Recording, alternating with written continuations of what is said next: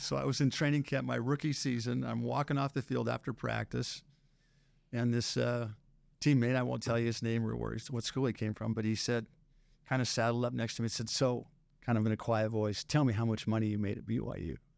And I looked at him like, what are you talking about? And he said, dude, come on, you were an All-American quarterback. You finished high in the Heisman Trophy. You must have made a fortune. So tell me, how much money did you make at BYU? And he said, dude, I'm telling you the truth. I didn't make any money. He said, you're lying to me. Come on, just tell me.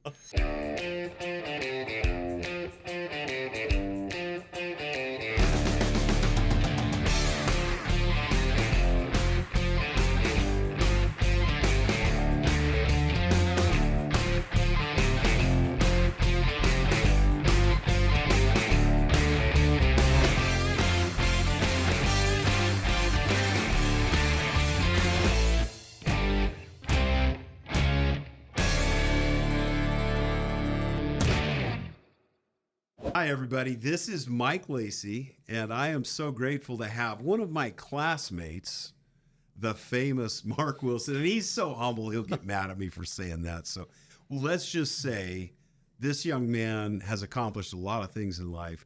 Marc Wilson, thank you for being here. Oh, it's a pleasure. Thanks for having me. Do you remember that fall in 1975 when we came in the freshman class at BYU? I do. Yeah. You were a quarterback. Yeah. And, you know, as I was reading up, I know Marc well, but I still wanted to get some details on you. And it's true that really when you think about our history, you were one of those first guys in the BYU quarterback factory. Well, I don't know about that. Well, I mean, think about it, because I lockered next to Gifford Nielsen. And our freshman year, he was third string when we started that year. Right. He had Mark Giles and Jeff Duva in front of him. Yeah. And so you were at most fourth. Well, I don't think I was even fourth. When I showed up, there were like 8 quarterbacks on campus. We showed up at training camp, and we didn't call it that. I forget what we called it, but there were like 8 or 9 guys. And so I was just one of many. One of many. But, I mean, we didn't quite have the tradition yet, you know? I mean, sure, in 1974, Gary Scheide was a really good quarterback. Gary was great. My high school, Cordova High School in California, my coach, Dewey Guerra, coached Virgil Carter in Folsom, California, but that was in the 60s. Right. It wasn't like there was a tradition of year after year after year, right, a great quarterback is coming out of BYU until Gifford Nielsen, Marc Wilson, Jim McMahon, Steve Young, and it goes on and on and on. I know, and it's remarkable to think about, actually, and I've thought a lot about it. I don't think there's many schools in NCAA history that can match that string of quarterbacks. Now, there's a couple. Maybe USC with their tailbacks. I'm talking about quarterbacks. I know. But, so Stanford had a run of some great guys. Right. Plunkett and... Elway, and they had a bunch of guys. And then University of Miami had a bunch of guys. But I think if you take those schools, it's very, very rare. I mean, incredibly rare. And so we're right up there with the best of the best, I think. Marc. But I'll take our quarterback room over those years compared to anybody. That's what I was going to say is during our years there, I mean, think about it. Guys like Gifford, in the same room, I assume you were in there at the same time. Was Steve Young? No. So in the room with me was Gifford Nielsen, myself, Jim McMahon, and the name that gets lost is Dan Hartwig. I remember Dan Hartwig. And he was in our class. He was. He came in with me as a freshman. Dan was from the Valley of California? From Walnut Creek. Okay. Same place where Chronister came from, Mike Chronister. And Dan was a specimen. He was a good athlete. Dan was 6'4", weighed 225 in high school. And the funny thing about Dan is when he couldn't figure out who to throw it to in practice, he would rear back and launch it. He could throw like 75 yards, and everybody would just fall out like, what did you just see that? I know it wasn't completed, but who cares? And then Dan got, What happened to Dan? Well, because I remember after our freshman year, I went away to Central America for 2 years, so I missed. Yeah. What happened to Dan? Well, it was easy to get impatient. Of course. Yeah. That's one of the big stories here. Well, and there was no portal. It wasn't like you could leave, right? If you left, you had to sit out a year, which was a big deterrent to having guys leave. And Dan got impatient, and Dan left. He transferred and went to University of Pacific. It was some school in California. Stockton. But what everyone forgets was that Dan was a 12th round draft pick by the 49ers. Dan was in the training camp with the 49ers. So there were 4 pro players in that room. Wow. Gifford was an All-American, was great. I was an All-American. Jim was an All-American. But Dan was a heck of a player himself. Mark. Because just to get drafted in the NFL is I don't care what round. Right. That's a huge thing. That means you're potentially a player. That's exactly right. And Dan Hartwig was. And that name gets lost. Now, it's funny when you think, what do they call it? Mr. Irrelevant? Yeah. Last guy taken in the draft. And who lately has been really good, but he was Mr. Irrelevant? Well, it's Brock Purdy. Yeah, okay. Brock Purdy was the last guy taken in the NFL draft. Yeah. That's why I say, in fact, even if you're a free agent and you get signed by an NFL team and get invited to training camp, you are a great player. I mean, let's just be honest about it, because there's how many thousands of college players, and there's only 100 and some per team, and there's 32 teams, so there's 3,200 guys that are going to training camp, including the veterans, not just the rookies, right? Very few rookies compared. I always thought Royce Bybee had a great arm, and at most other schools would probably play, And didn't he go on as a free agent with somebody for a little while? I don't know that. Okay. Yeah, I don't know that. I thought he may have, but the stories you have shared, because, Mark, I remember coming back, and there's a little bit of a difference, because back then, I don't think guys going away on missions and then coming back was routine. So when I came back, I felt like I was a newbie again. I'm sure you did. And you guys, I was just with Larry Miller. Yeah. And he took over. I had been playing weak side linebacker, and Larry took over and became great. Well, Larry was a great talent. All Western Athletic. Oh, he was. And what a specimen. Oh, my goodness. That guy. When I came back from my mission, having lost about 15 pounds or something and needing to get back in shape, this guy was, prancing around with muscles that were bulging off of muscles. Larry was impressive, man. He was and is. He's a great guy. Yeah. So I saw him. Well, we were together Friday night at the 100 Years of BYU Football. We're taping this August 1st. We won't be on until September or October. But, Mark, those memories for me are special, and that's why I'm so glad that you're willing to come on board with us. Because I remember I've shared with others, and we've talked about our 1979 season and how that season ended. And I think maybe you might have seen part of our friend Brett Johnson. Yeah, I did. And that had me sobbing. I mean, in fact, I told you the other night that when we were together, I wish that had come out 30 years ago, because there were so many elements to that people didn't know.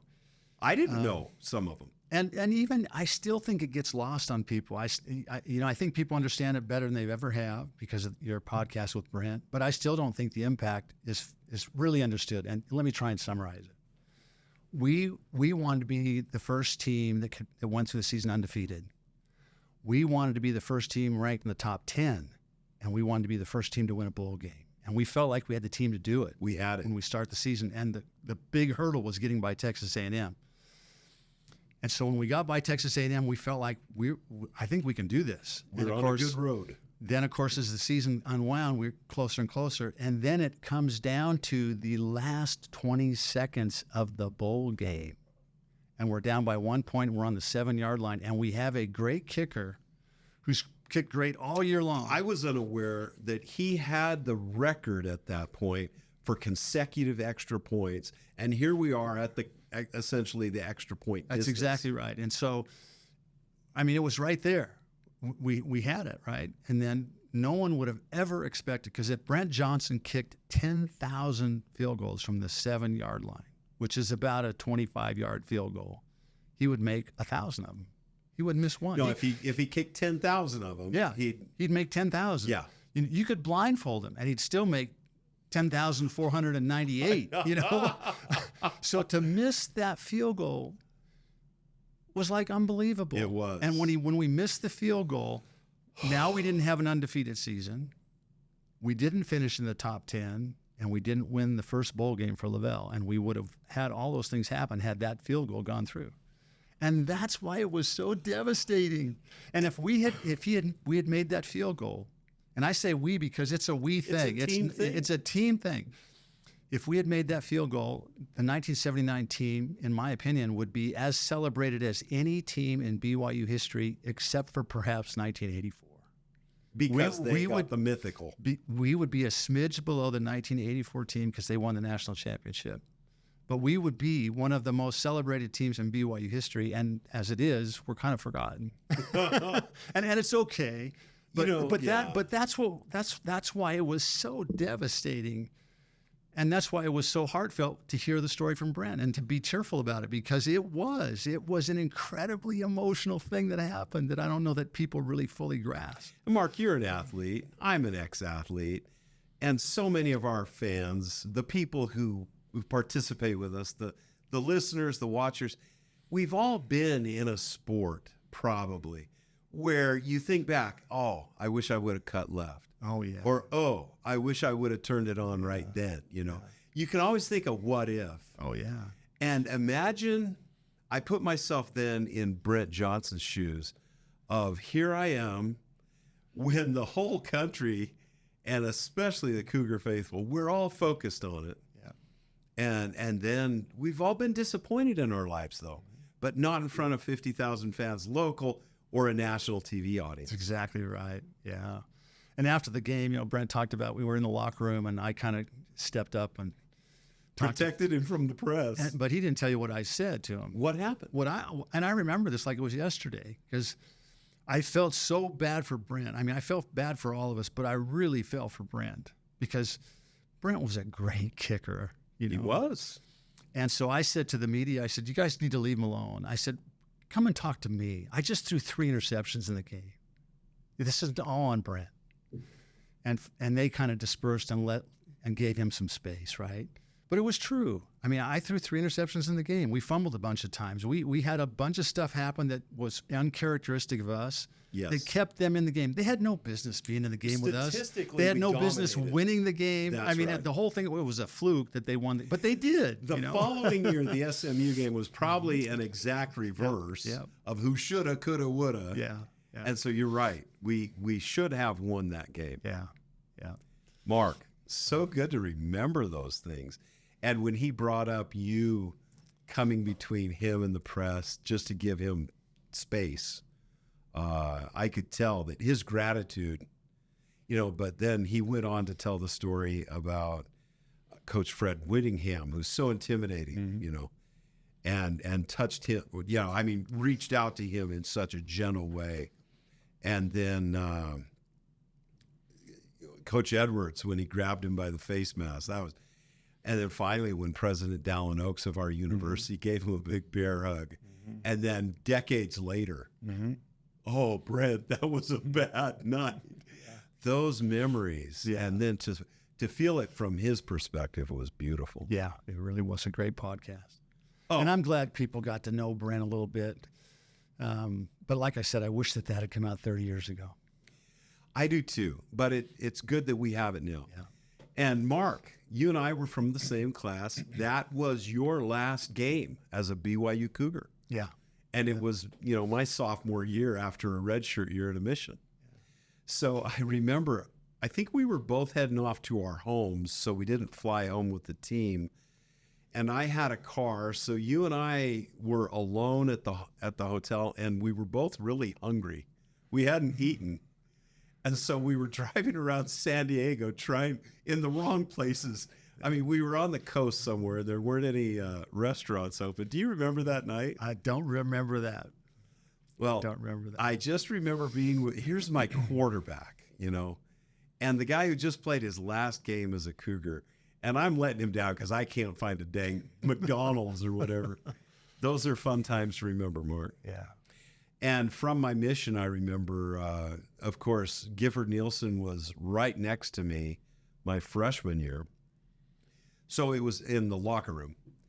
And it was fun to watch his rise that year, because after 2 or 3 games, he became the starter. And then my first year down in Latin America, my family would send the clippings from the games.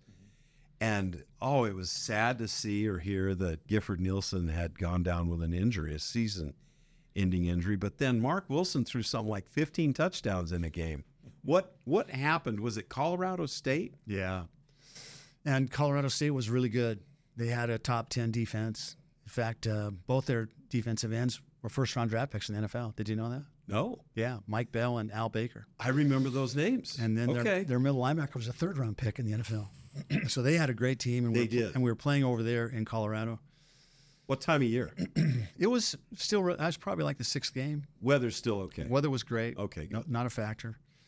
But some significant things happened before the game, and that's really what paved the way for the game to play out the way that it did. And that was, now this is your first game, really, as the guy who we're depending on, right? Because you were the backup to Gifford that year. Yeah, and I'd gotten to play in, I think, every game up to that point, because Gifford had us so far ahead. We'd be ahead by 50 points going into the 4th quarter.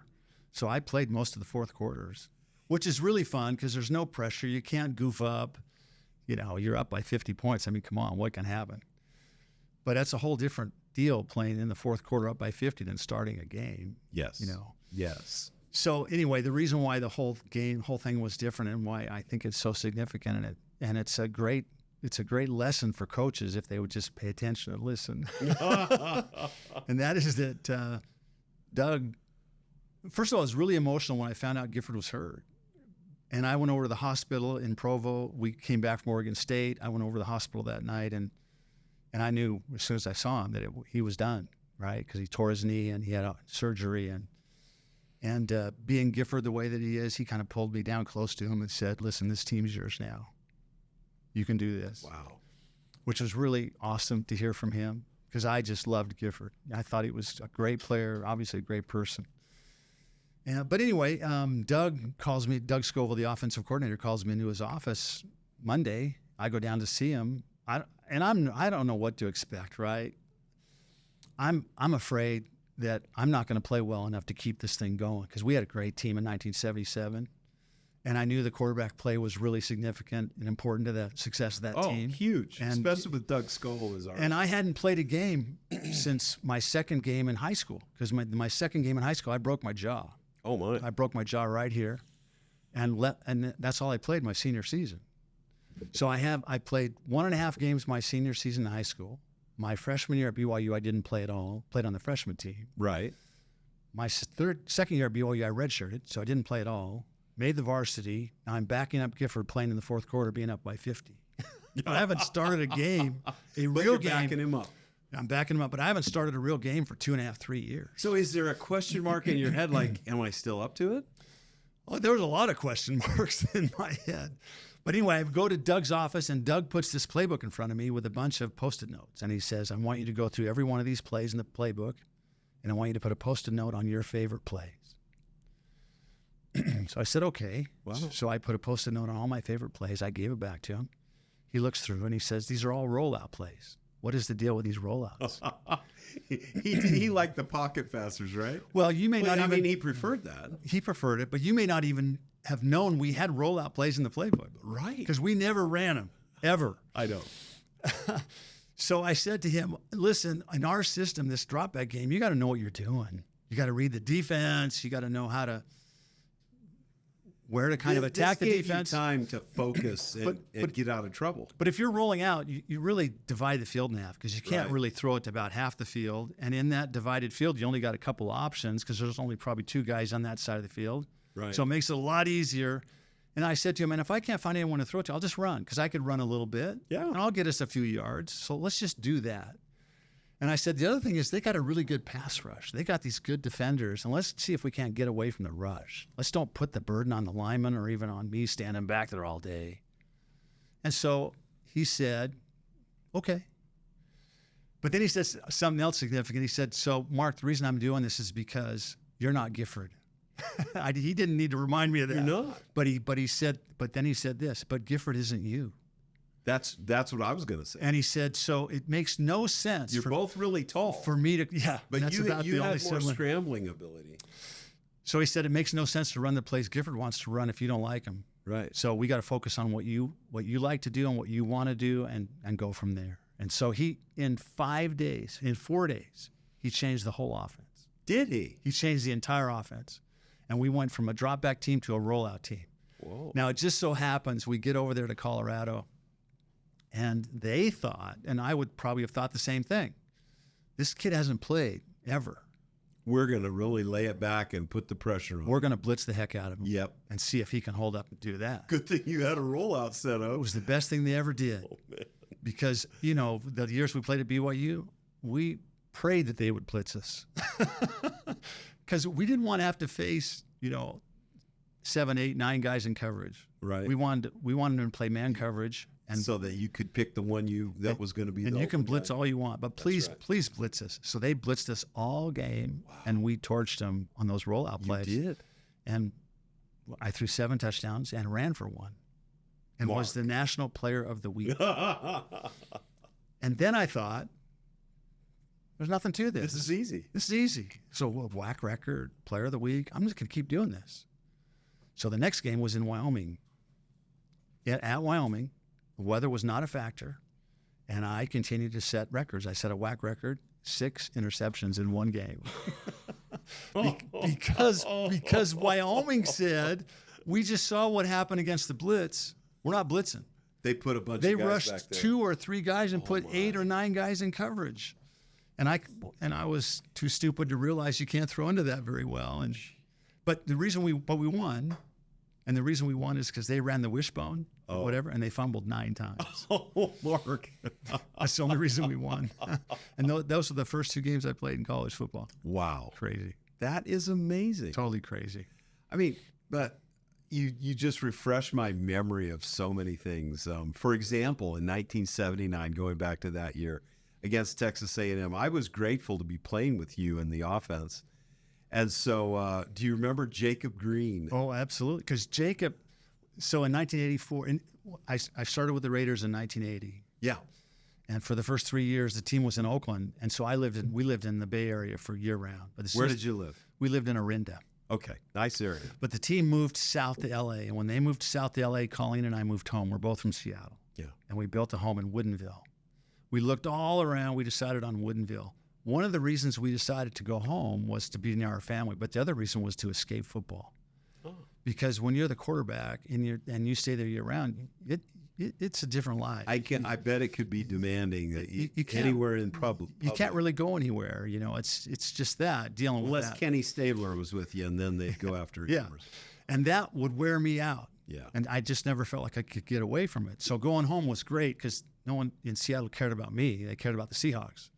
So we buy a lot in a road that's a dirt road that's been platted. So all the lots but they're not built out.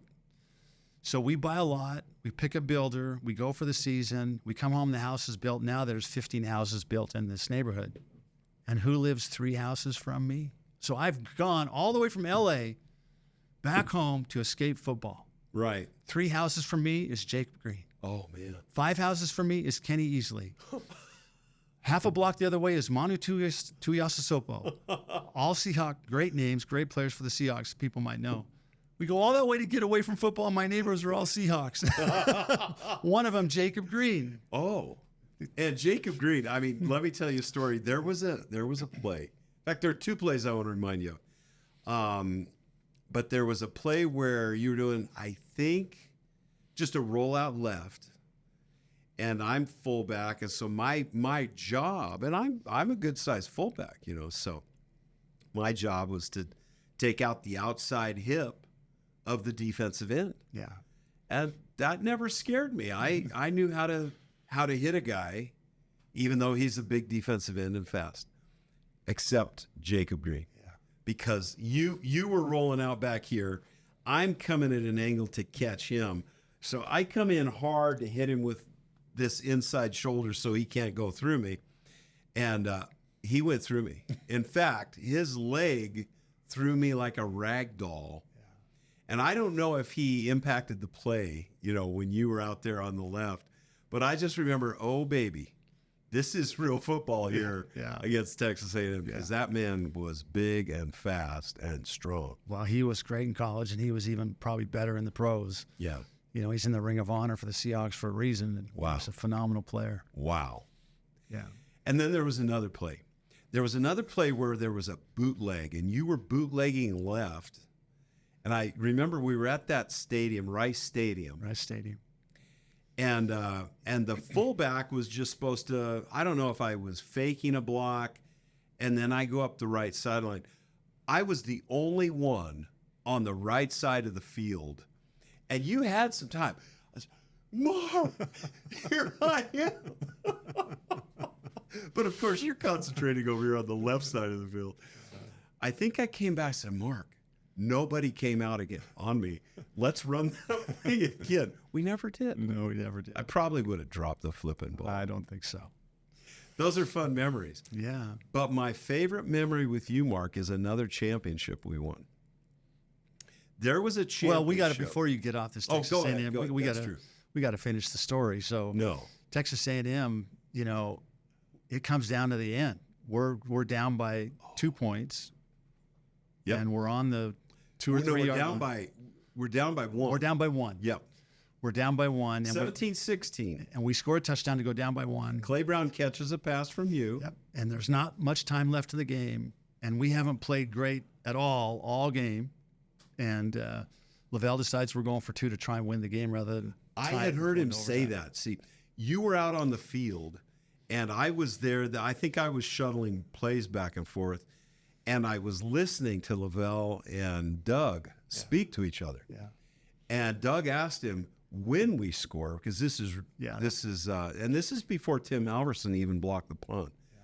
So Doug asked him, when we score, are we going for 1 or 2? Yeah, and that's exactly how Doug always talked. Yeah. So that's not surprising at all. And I heard Lavelle say 2. So now I'm out in the huddle with you. We just scored the touchdown. Yeah. Well, they called timeout. Yeah, you did. Yep. I go over there, and they ask me what play I want to run. Like, really? I mean, this is like the biggest. This is going to be the biggest play up to this point in BYU history, and you want to know what I want to go? So I said, "This is the play that I think will work." And looking back, it wasn't a great play because who would run a fake draw? Who would run a fake draw on the for a 2-point conversion because they know you're not going to fake it draw. But the middle linebacker let me through. Yep. And the play worked, but it almost didn't work because you were open, but Jacob Green. He was on you. Well, he didn't really even rush that much. He just kind of came a couple steps and just stood and looked at me. He growled at you. No, he was getting ready to block he was standing, he wanted to block the pass. He wasn't interested in really sacking me because we're on the 2-yard line. There's not a lot of depth, so you can't throw it high and drop it in. That's right. So he was just standing there waiting to block the pass. You are telling me something that's totally new to me. Yeah, that's why awesome. I had to throw it to the left. Yes. So I couldn't throw it directly to you or he would have blocked it. So I had to throw it to the left, which wasn't a great pass, but it was the only pass I could kind of do to get it by Jacob. And you dove and caught it with one hand.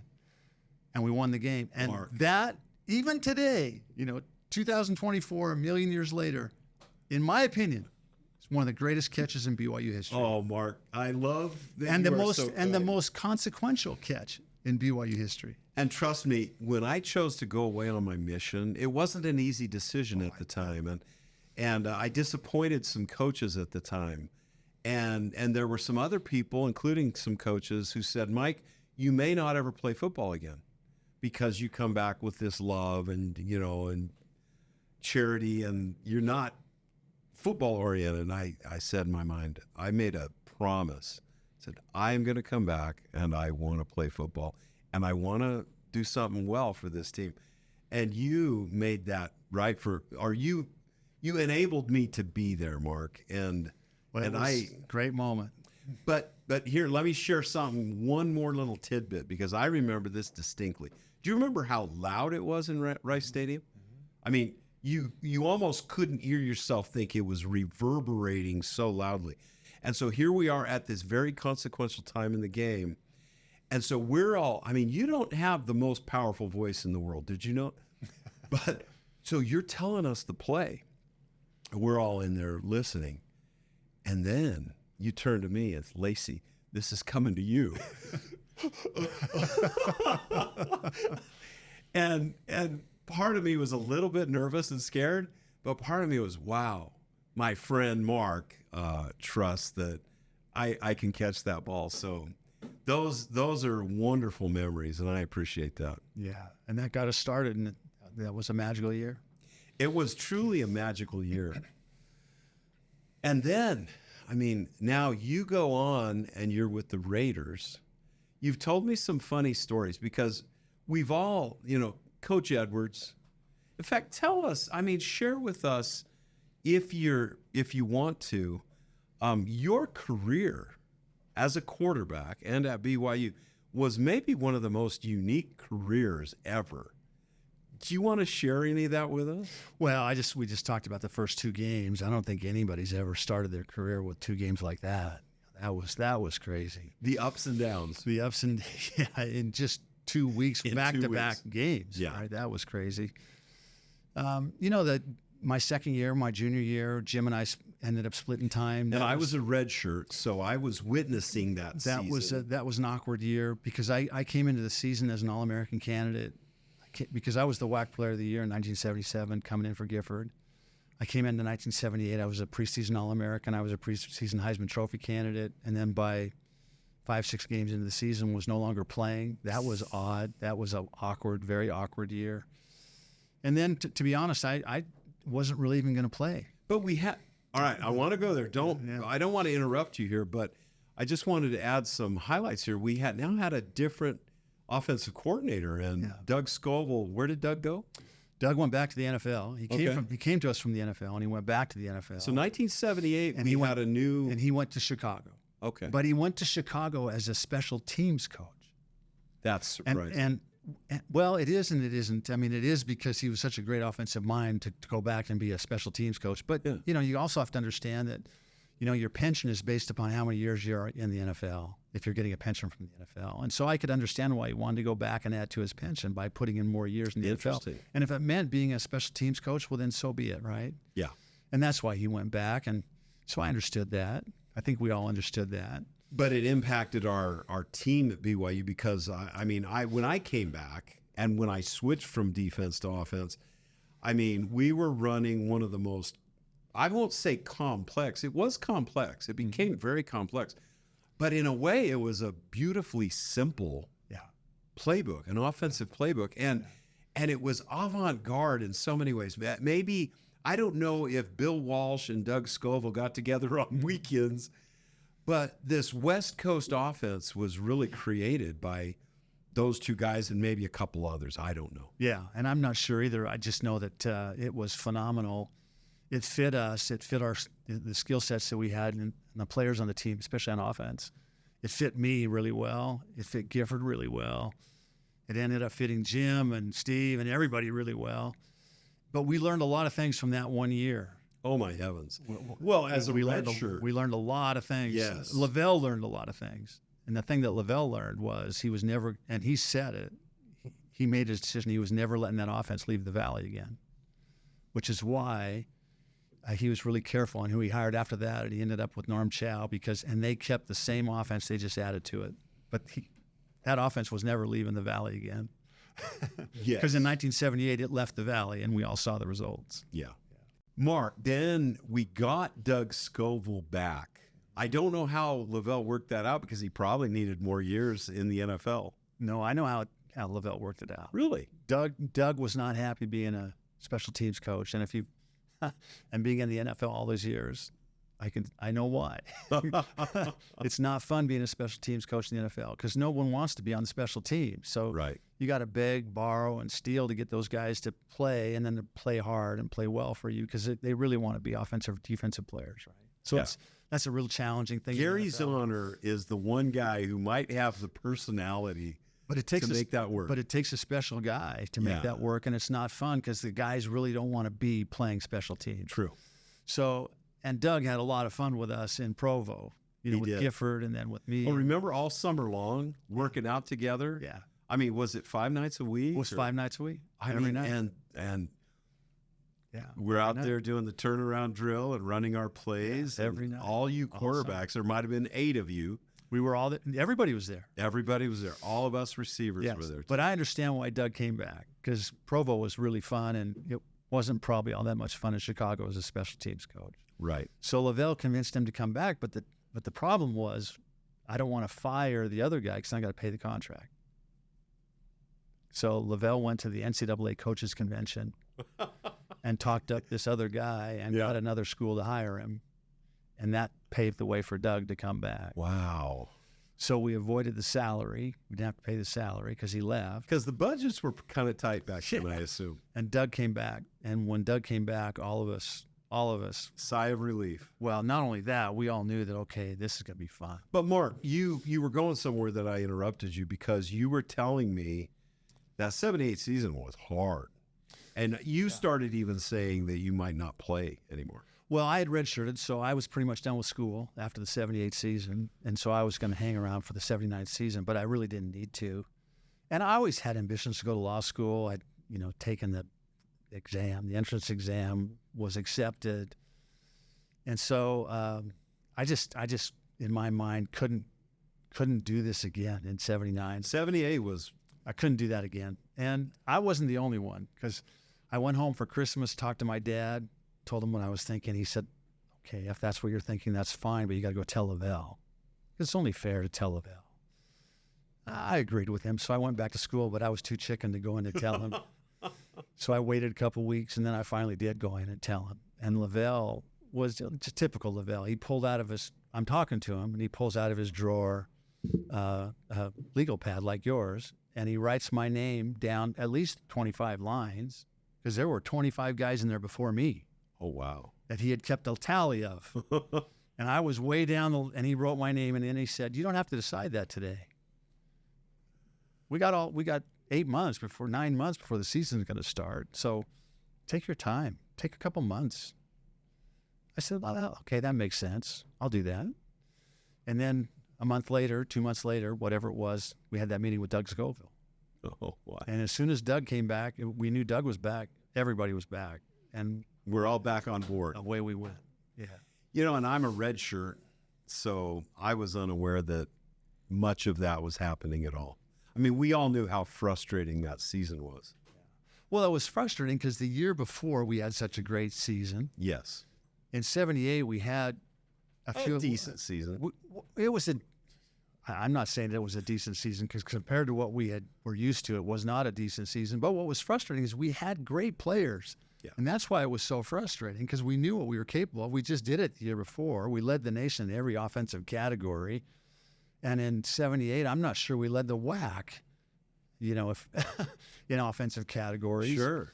And it was just so frustrating to see all these talent around you and then just not being able to utilize it the way that we knew how to utilize it. Yes. And like I said, it was just too frustrating for me. I wasn't going to do it again.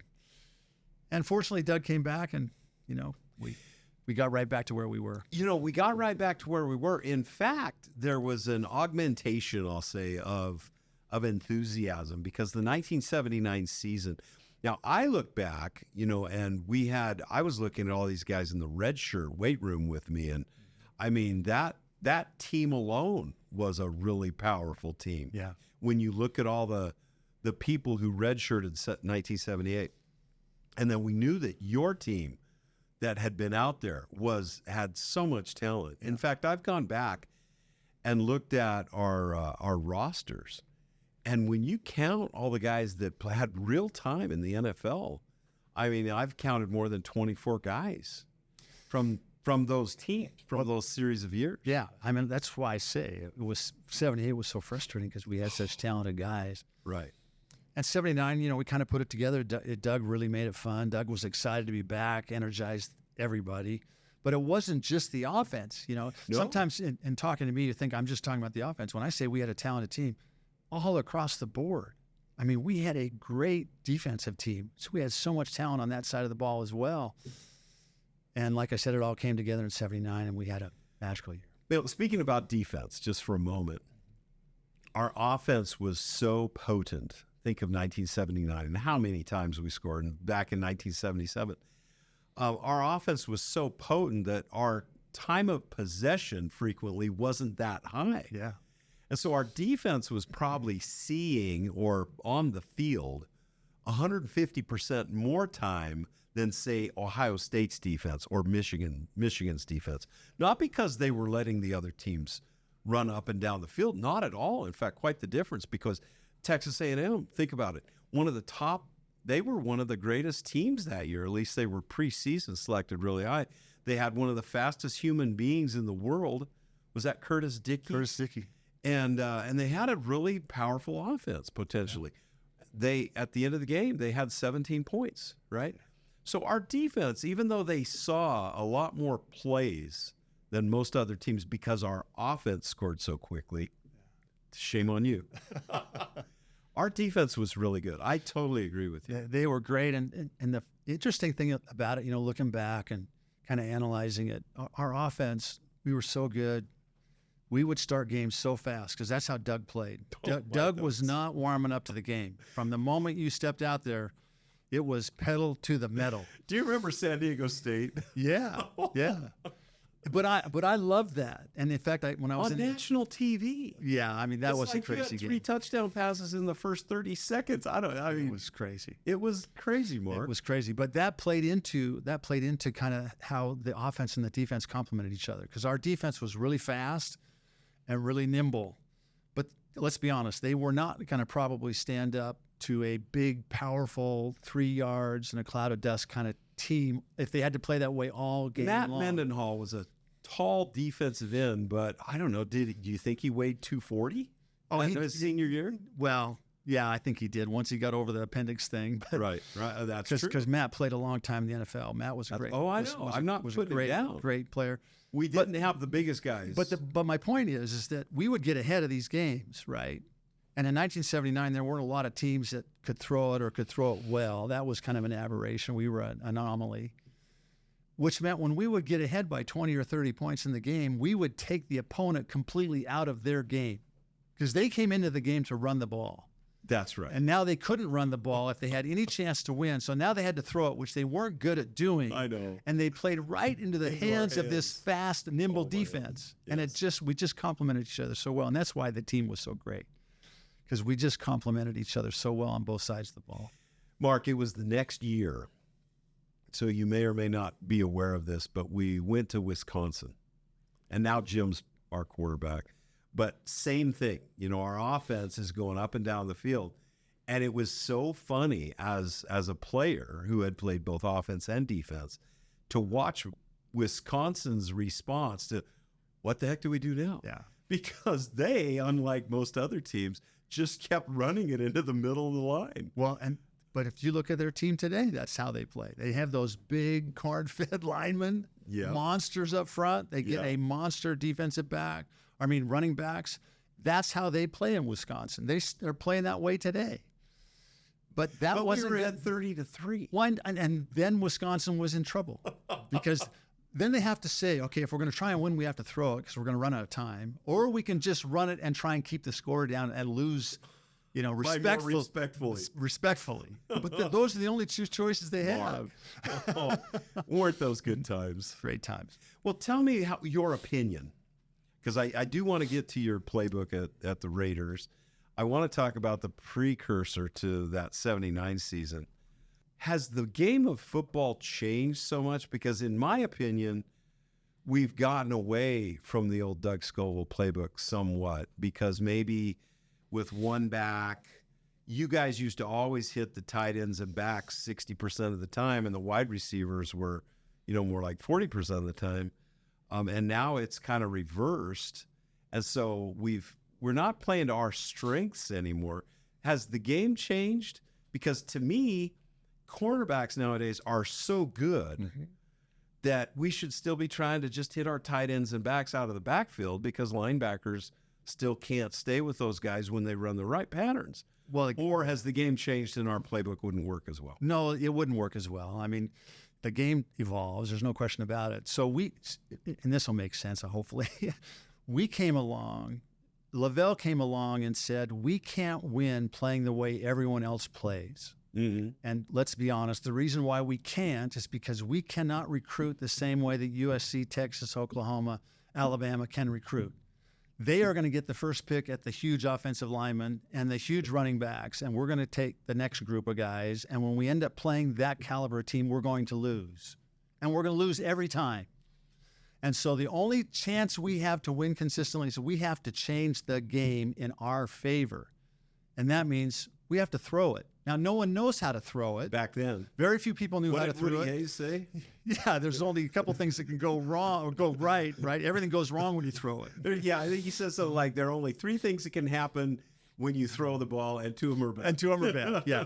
So everyone ran the ball, which meant everyone on offense ran the ball, but everyone on defense was geared to stop the run. That's right. Right? So how do you do that? You have big defensive linemen, which they still have today, but you have big linebackers that can take on blocks from big offensive linemen, right, and stuff holes and stop the running game. They can't stay with me when I'm at fullback. They can't stop the running game because they can't, or the passing game, because they can't cover anybody. That's right. They're not designed to cover anybody. Right. They are there to stop the run and to plug holes. That's what they're. This is 1979. Correct. Right. So Lavelle comes in and totally flips the NCAA on its head with this team that's thrown it 45 times a game and that actually knows what they're doing. Right. And no one knows how to do that. So over all the years, what's happened? The game's evolved, right? So first of all, they started getting faster linebackers and more nimble, strong safeties that can cover those kind of guys, right? But then the offense, they then go to multiple sets. They're not tied to 2 backs, 2 receivers, and 1 tight end. They throw that, they flip that on its head. And sometimes Andy Reid puts out there 5, 6 guys, right? Now the defense has a problem because now instead of having 4 or 5 defensive backs, they got to have 7 that can cover because there's going to come times where we're going to show up with 6 receivers, right? Or 5 receivers. Sure. And they got to be able to cover them. So now we need at least 5 guys that can cover. Well, it's taken some time, but now they pretty much have that talent, those skill sets. There's 5 or 6 or 7 guys that can cover now. So now it's like, okay, if you can cover our tight ends with a really good defense back, we're going to go back now to focus on the receivers. In fact, we're going to take the tight ends out of the game. We're going to put in 5 wideouts. It gets complicated on the protection side, extremely complicated. But that's how the game's evolved. I'm waiting now for this is what's probably going to happen. Some team's going to show up because on 3rd downs in the NFL, even when I was playing, we'd run the ball. Why? Because they got these little defensive backs. We're just going to try to tackle Marcus Allen or Bo Jackson. Good luck with that. You bring in those 7 defensive backs, we're running the ball. And we're going to spread you out and run the ball. We're going to make that 175-pound guy who can cover like crazy, we're going to make him tackle Bo. We're going to make him tackle Marcus. That's what we're going to do. Right. So I think the game will evolve again, and it's probably going to evolve back to a really powerful running team that's just going to run over all these defensive backs and force teams to come back with bigger, stronger guys to stop the run, and then it will evolve back to that. So it's fun to see that happen, but it takes some time, but the game evolves, right? And it's evolved. That's a good point. I appreciate that, Mark. Yeah. Because, we get entrenched in our old school thinking of, our playbook would still eat everybody alive. But you're right. The linebackers are different. The strong safeties are different. Today, if you played the whole game with 2 wideouts, 1 tight end, 2 backs, you'd have a tough time. Mm-hmm. You'd have a really tough time.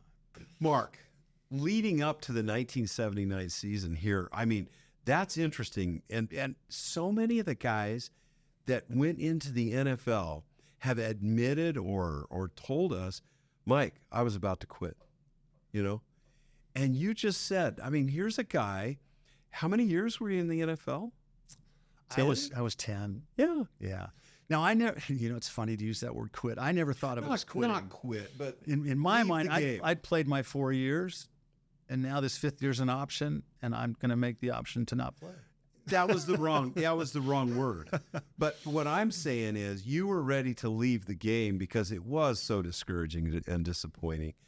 You went from being the top dog to somehow being shoved off onto the sideline in some respects because now you're splitting time with a guy. And in less than a year, we all as a team were energized to, hey guys, we're going to go beat Texas A&M because we knew we had a really good team.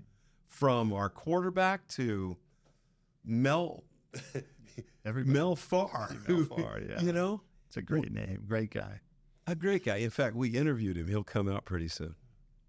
And so think about how did we become so unified in that objective that year? You and I think, were working at Geneva Rock or Geneva Steel. Well, that year I was working with Scott Nielsen and his brother. Okay. And I had one of the most unique jobs that summer ever. So his brother had a construction company, got the contract out of Twilla Army Depot. Oh, wow. And we drove out So there. you were taking toxic waste.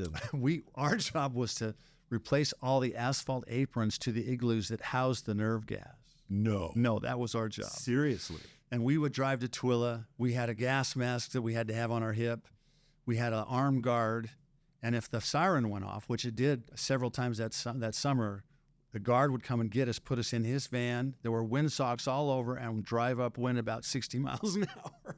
Whoa. That was our job. Yeah, because the Twilla Army Depot had all the nerve gas. Yeah, that was our job. That had to be. Did you ever have any smells?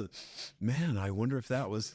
No, I don't think it smells. That's the problem. Oh. So they have rabbits in cages all over the place. And if those rabbits start dying, they think something's up. But I bet you're getting paid fairly well. I don't even remember what we got paid, but that was a fun job working with Scott. NCAA rules allowed athletes back then to only be paid in summer jobs. And so frequently the companies that liked BYU or friends like Scott Nielsen would help us athletes get jobs during the summer. I think I was at Geneva Steel that summer. Yeah, there was a whole bunch of guys at Geneva Steel. And the truth was we had to find the jobs that would pay us the most because we had to save money during the season because we couldn't have a job. You couldn't get paid during the season. You couldn't get paid. How the world has changed. So I was in training camp my rookie season. I'm walking off the field after practice. And this teammate, I won't tell you his name or what school he came from, but he said, kind of saddled up next to me and said, so, kind of in a quiet voice, tell me how much money you made at BYU. And I looked at him like, what are you talking about? And he said, dude, come on, you were an All-American quarterback. You finished high in the Heisman Trophy. You must have made a fortune. So tell me, how much money did you make at BYU? And he said, dude, I'm telling you the truth. I didn't make any money. He said, you're lying to me. Come on, just tell me. I said, there was one place in Provo where the players knew that if their car broke down, they could take it and they would fix it and they wouldn't charge us. And that happened to me maybe 3 times, which was probably a violation of the NCAA rules. But that's it. I didn't, no one ever gave me $1 except for the guy that helped me with my car a couple of times. So then I said to him, so how much money did you make? And he said, I'm not telling you because you didn't tell me. But I will tell you this. I took a pay cut to play in the NFL my first year. Mark. So the NIL was alive back in 1970. It was alive apparently everywhere but Utah County. Oh, isn't that amazing? And I was naive enough to think that when you read about, the SMU team later, the best team that money could buy, you thought, that's an aberration. Yeah. That's not really happening. But then as you read about the old Southwest Conference and certainly the Big Ten, unfortunately, we weren't at the place where you made the money. No, I can tell you we didn't make any money. No. And that's just the way it was, and we didn't know any different. No. So maybe it was okay. And the other thing it did, I think in some respects, it galvanized us. Well, I was going to say, that was one of the most unified teams in 1979 as we moved forward to that big game against Texas A&M. One of the most unified teams I can remember. Yeah. Yeah, I think you're right. That summer was special. Everyone did show up, and they didn't have to. No. But everybody showed up about 7 o'clock, 7:30 every night down at that field, and we'd have at it. And that's when Doug Scoville started calling me Big Boy. Big Boy. Big Boy. Hey, Big Boy. Yeah. He had a name for everybody. He had a name for everybody. In fact, we met with Steve Carlson, and what was Steve? He was Masher. Remember Steve Carlson, fullback? Yeah. But Mark, I remember those summers doing the turn drill with all of you quarterbacks. So here's a funny story about the turn drill. Tell me. So do you remember when Donnie and Jay Osmond came out? I don't. They came out one spring. You might have been on your mission. I might have. And Jay was a quarterback, and Donnie was a receiver. Donnie had his purple socks. And Oh, gee. this was in the heyday of the Donnie and Marie show. So Right. it was kind of fun to have them there. Sure. That's a bit. Were there any TV cameras? I don't remember that. Okay. I think it was fun for them, and it was fun for all the guys. And we had this turn drill, and the turn drill was the quarterbacks were probably 15 yards apart from receivers or running backs, and the quarterback's facing this way, but the receiver was also facing that way. And the quarterback would throw the ball, and So you had your back to the quarterback. Right. And the only thing you knew is when the quarterback yelled turn. that it was going to go to one side or the other. You had right or left. You knew which side it was coming. Right. So if you knew it was coming to the right, the quarterback would yell turn, you'd turn, and you'd have to find the ball mid-flight and catch it. And it was just to train you to find the ball mid-flight. The critical thing was turning your head first. Yep. Because if you tried to turn your body first, you're going to get a face full of ball. That's exactly right. And they wanted us to have a little pace on the ball because that's how it was in the game. You know, this was to prepare you for the game, to find the ball mid-flight, not have to see the quarterback throw it and have it leave his hand, which is an interesting skill to find the ball mid-flight and then catch it. So I came up, and Donnie was the guy that was going to catch the ball. And so I looked at Doug, and Doug said, just treat him like everybody else. Oh, gee. So I threw it and yelled turn, and Donnie turned a little slow, and like you said, the ball hit him right in the face mask and dropped him right on his back. Oh, And I thought, I've just killed Donnie Osmond. you're going to make the news. Mark, those were good times. Those were super good times. But you had a little bit too much time that summer because you took a trip. Yeah. Can you tell us about the trip that you got invited on?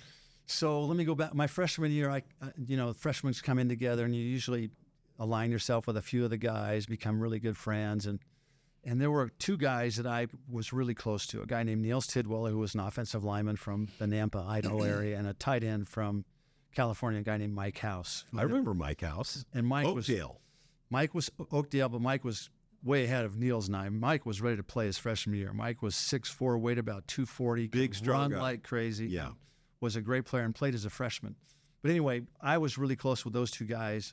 Mike ended up transferring out, went back to California, and then 2 years later, my freshman year, redshirt year, Niels also redshirted, so we were together. But then Niels went on his mission, so I stayed, played 2 years. Then Niels came back. So Niels comes back a few weeks before the '79 season from Mexico. Oh.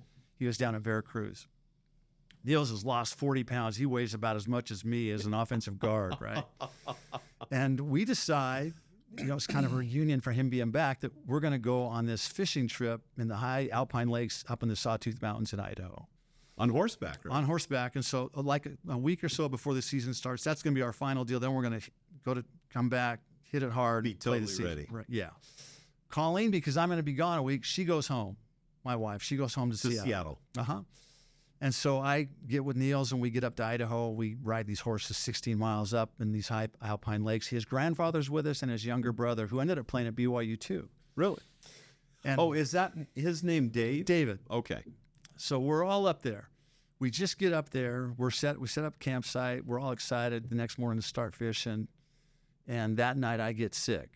And I'm really pretty sick, but I'm hoping it's like the 24-hour flu bug kind of thing, and hoping in a few hours it's going to kind of go away. I'm up all night. We get up in the morning. I'm not doing well. His grandfather says, okay, enough's enough. We're leaving.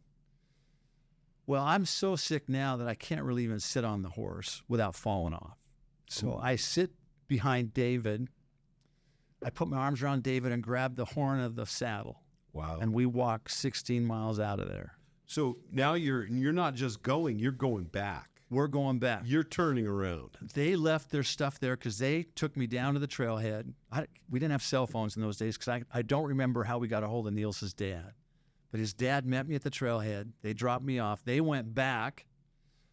Niels' dad took me to the train station, put me on the train, and I took a train down to Salt Lake City, had a friend pick me up and drive me home. But now I'm feeling better.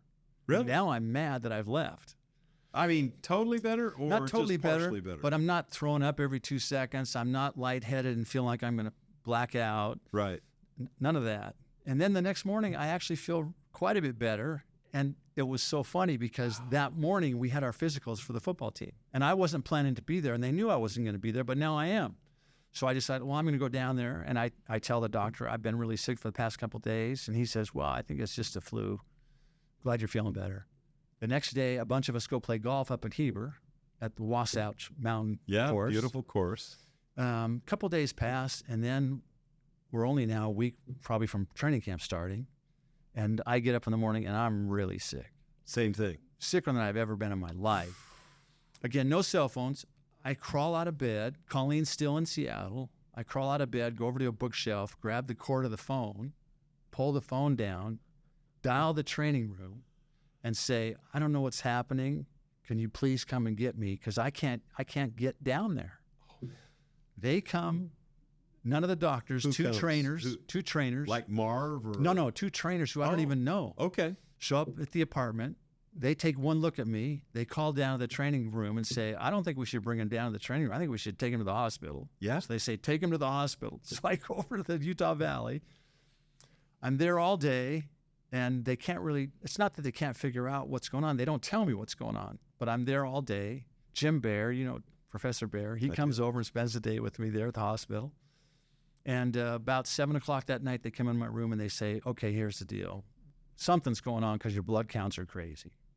But the pain is way over here on the left, which is odd. We hope this is an appendix problem. But we hope it isn't. We hope it is. Oh. But the pain's on the wrong side. The appendix is on the right. Your pain is all on the left, and it's acute. So we got to do something, but we're going to make the incision as if it's an appendix problem. If it's not an appendix problem, you're going to wake up and there's going to be a scar right down the middle, and you're going to lose the season. The only hope you have that you can salvage the season, this has to be an appendix problem. Mark. But we don't know. Mark. So here we go. Wow. So I wake up. And they're going to put you under, so you don't know. Yeah. So I wake up and the scar's on the right-hand side, but the reason why the pain was on the left-hand side is because, in their view, I had a ruptured appendix on the fishing trip. Wow. And it blew everything onto the left side, and after 8 days, there was such infection. That's why the pain was all on the left side. Oh, Mark. So I had this massive infection, had this ruptured appendix, and lost 20-some pounds. Yes, I remember. And then was at risk of losing the whole season. So then, if you have this kind of stuff, you have a drain in. And I had this drain in, and they were watching that drain like crazy. And they were also watching my temperature because they were afraid of infection. Right. And the temperature would kind of be the precursor to there's an infection, we've got a serious problem. So they're paying attention to that. Everything seems to be fine. I'm not at full strength, but I'm getting better as we get closer to the game. And then the day before we left for the game, Rice Stadium, I had a temperature of 104. Get on the plane. Now they're worried that I've got this infection, and they're worried that if it doesn't break, I'm not going to be able to play the game and probably going to have complications. So when we get to Houston, because we played at Rice Stadium because Texas A&M Stadium was being refurbished, I go to the hotel and go to bed. The rest of the team goes to the stadium like we always would do. And I remember, I'm kind of in and out of it. Let me interrupt you for a second. You're kind of in and out of it. We as a team look at our leader, Marc Wilson, as one of the critical pieces of the puzzle for this game that we've all been focusing on. If you ever circled a date on the calendar, we as the BYU football team that year had circled that date. So here we are on the stadium floor, ready, getting ready for the game. Coach is talking to us and everything. And here's our quarterback who can't even walk out on the field, who goes to the hotel because he's down 20 pounds. He's got a 104-degree temperature, and he is just trying to get healed so he can step out on that field. And you were never the biggest, you were one of the tallest quarterbacks, but you were never one of the heaviest quarterbacks out on the field. Well, I was normally like 205, 207. I weighed 179 going into that game. Mark. 179, which I hadn't weighed since 6'6", right? Well, 6'5", which I hadn't weighed since I was like a sophomore in high school. Wow. Yeah. All right. So you went to the hotel. So I go to the hotel. You sleep. You guys go to practice, and then later that night, 3 guys show up at my hotel room door. The 3 Nephites. And it was Scott Nielsen, the starting center. It was Tom Bell, starting left tackle, and it was Brent Johnson, the kicker. Wow. And they give me a priesthood blessing. And I wake up in the morning and that fever's gone and I play the game.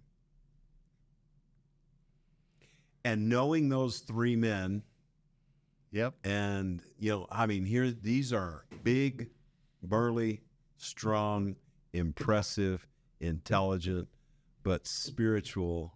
All returned men, missionaries. all returned missionaries. And they show up at your door to give you a blessing. Yeah.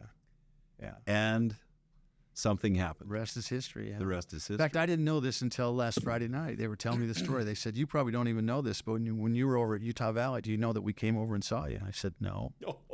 They said, well, we didn't think you would remember because you were way out of it. But he said, us three gave you a blessing that night too. Mark, isn't it cool to have good friends like that? What's crazy to think about is having teammates like that in this sport. Well, that's true. I mean, football's not known for having gentle ministering angels. And these guys were gentle and were ministering angels and are to this day. But those are Brett, not an offensive lineman, so a little different. But Scott and Tom, some of the toughest guys you'll ever know. You're right. And in fact, if you're walking into a fight today, if I know there's a fight outside your house when I leave here, and I can only call two or three guys, two of those guys are Tom Bell and Scott Nielsen. It's funny because we had Danny Hansen sitting right here. I was sitting there, and then Tom and Scott were on it. So we had the three of them on. Their episode still hasn't come out. But I love those men. Those are good men. And the fact that they played offensive line, they don't get the accolades that I consider myself, when you threw that pass to me, I was in the right place at the right time. I was a very fortunate soul. But we running backs or receivers, every once in a while we get our name called. You quarterbacks frequently get your names called. Other, linebackers and other guys who make tackles. But those offensive linemen, Brent Johnson had his name called because he was a leading scorer. Mm-hmm. But you got to respect, and I love Tom Bell to this day. When I consider anyone, he was the guy who always called me Spacey Lacey, and I deserved it completely. But to me, that was a term of endearment. I love those guys, but knowing that story of how even they showed up at your hospital, those same three guys, mm-hmm. Wow. Yeah. And that's just how that team was. We had those kind of guys on that team, which was a great element to our team. It was a lot of maturity to our team and a lot of depth to our team. But being able to play with those guys, every day was a great blessing. And playing with you, Mark, was a great blessing. I'm so grateful that things happened the way they did. And I'll say it now that when you chose to call that play and then you tossed a ball to me, that was an answer to prayers. So thank you.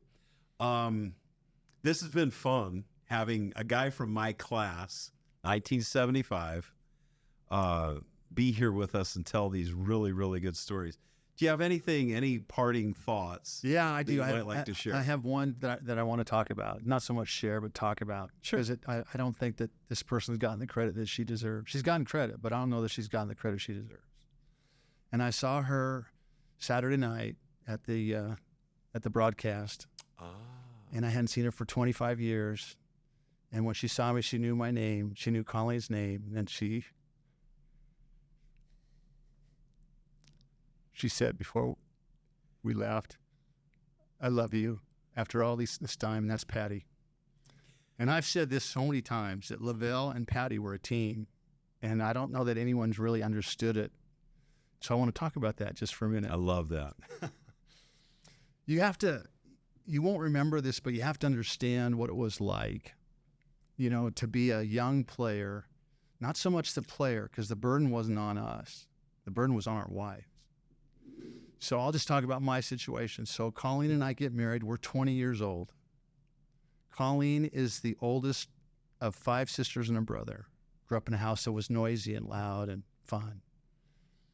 She marries this guy, and they move 1,000 miles away. and he's a student, and he's an athlete. And we're trying to figure this out as a young married couple because we've never been married. We don't know how to do this, right? So but her husband has the pressure of succeeding in school. Mm-hmm. Then he has the pressure of succeeding in football, on the football team. Then what comes with football are injuries. He has the pressure of rehabbing and getting better. Sometimes that took a significant part of your Sunday. Yeah, after a Saturday game, you absolutely. had to go get therapy. Then you have the pressure of the finances that we talked about. Yes, a sacrifice. And then you just have the reality that you don't know what you're doing. You're newly married. But any newly married guy will say this probably. And that is, the worst thing that can happen to me is to leave my home feeling like my wife is not happy. Mm. That she's upset with me, or she's upset with her life, or she's upset with something. That's the last thing I want to leave my house feeling like, right? So why do I say all that? Because there was tremendous pressure that nobody realizes. And where did it really fall? Because this was my day. I would leave early. I'd try to have all my classes done by 1 o'clock. So I'd leave. I'd be out of the house by 8 o'clock. But then we're in film room. Then you go straight to practice. Then you go straight to training table. Then you get home about 7 o'clock. First time you've seen your spouse, this new bride. What about her? She's lonely. She feels isolated, right? Then you don't even have a lot of time with her because what do you got to do? You got 2 or 3 hours of studying you got to do to keep up with your class. That's right. And then you got some time you got to spend with the game plan coming up. So there's not really a lot of time for her. So she feels lonely, especially my wife coming from a big family. I can tell you at dinner, when I would go home and spend some time with her, I would sit down I'd already eaten because I'd had training tables. I would sit down with her and she would eat dinner. She would wait for me to come back. 9 times out of 10, tears would be running down her face. Oh, Mark. Because she felt so lonely, so isolated, 1,000 miles from her family, doesn't really know anybody. Was she taking classes? No. Okay. No, she wasn't a student. So how did this all work? Oh, man. Right? Because I will tell you, if I had to leave and go to a game feeling like Colleen wasn't okay, I wouldn't have been able to play very well. Wow. Focus on what I was doing. And none of us would have been able to. You're right. We had 20-some guys married. So how did that all work? Patti. Yeah. Patti got those young brides all together every year. And somehow she unified those young ladies in such a good way. She unified them. She made them feel like they weren't alone. She made them feel like they were heard and understood, that she understood what they were going through, and she did. And most importantly, she treated them like daughters. She did. She loved those. In fact, she still does. She still does to this day. To this day, cool. Lavelle had 100 men, 100 sons, which he treated like sons. And I think you and I would probably agree that he treated us like sons, which is why we love him so much, because we knew he cared about us outside of football. And Patti did the same thing for those young brides. But for Patti and being able to connect with those young brides and make them feel like they were understood and cared for, I don't know how it would have turned out, because I didn't know what I was doing. As a young married guy, I didn't know what I was doing, and I didn't know how to help her. And yet she felt like she had, even though she wasn't there very long, she had 25 other sisters in the same situation, and she had a woman in Patti Edwards who loved her, and she could talk to, and she could call, and she could express some of those frustrations with. And Patti would make it seem all right and free up us so we could go play. Patti was so powerfully in tune with those things. She said to my wife recently, she said, well, Diana, it's really easy to date an NCAA football player. Yeah. It's really hard to be married to one. It's true. And the way you just described it is so perfect. And we won. Oh. Imagine if, because in 78 we didn't win. We probably lost 3 or 4 games, right? Right. Imagine if we'd lost 5 or 6 games. Because you and I are fun to be around when we lose. and so going home to this new bride in that situation would not have been even harder.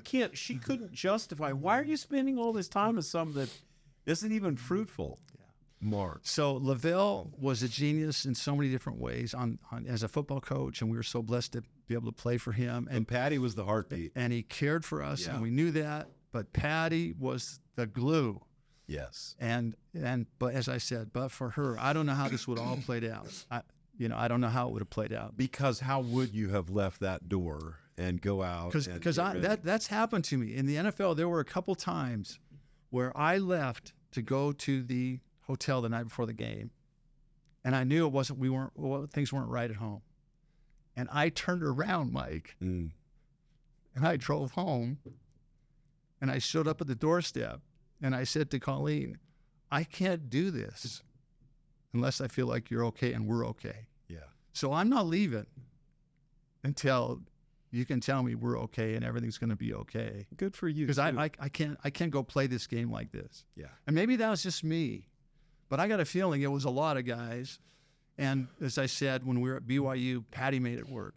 Without Patti, I don't know what would have happened. She was so sweet to those young ladies and did treat them as her daughters, and they felt it. They absolutely felt it. And think about this. I mean, where is your wife from?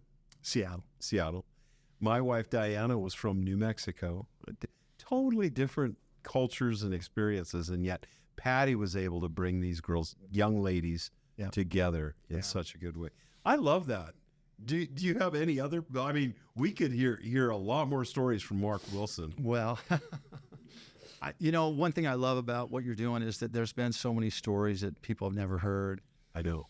That I think people wonder, what really does go on over there, And I think it's fun for people to kind of get a little insight into what's happening and what it's really like. It applies to life too. Yeah. The ups and downs that, here these and multiple guys who ended up, doing very well in the NFL or the NBA at some point thought, well, I'm probably done.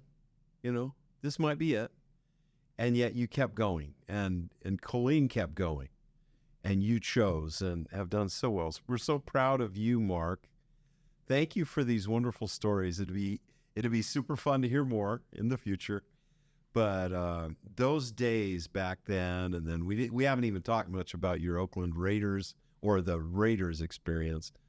But no, we won't even talk about the playbooks and everything. But thank you for all that you've shared. Oh, thanks for having me. Good to see you, Mike. This was good. Good to be with you.